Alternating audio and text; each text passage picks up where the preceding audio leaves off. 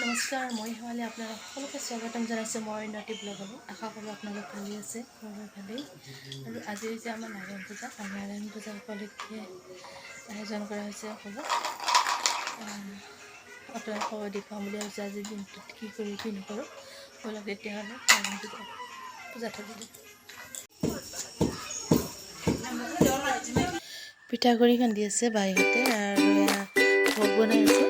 জেঠী ফল-মূল কাটি আছে, আৰু এক খুৰী বা জেঠী পূজাৰ কাৰণে সাজি আছে।